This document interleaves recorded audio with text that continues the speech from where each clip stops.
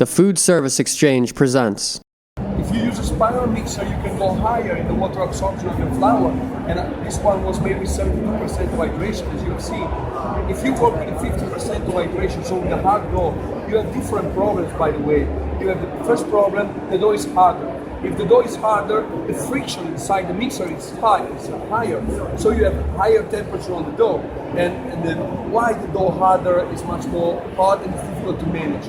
Because the dough that is easy to spread like this one has much more water. So what happens?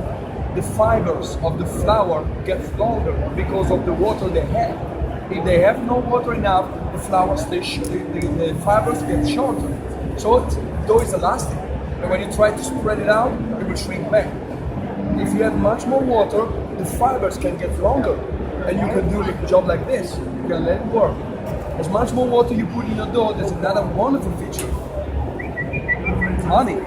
Much more water, less flour, less money, so it costs less. But actually, you are going towards to a better pizza. So much more water you have, much more crispy comes out the product, but it's not a cracker.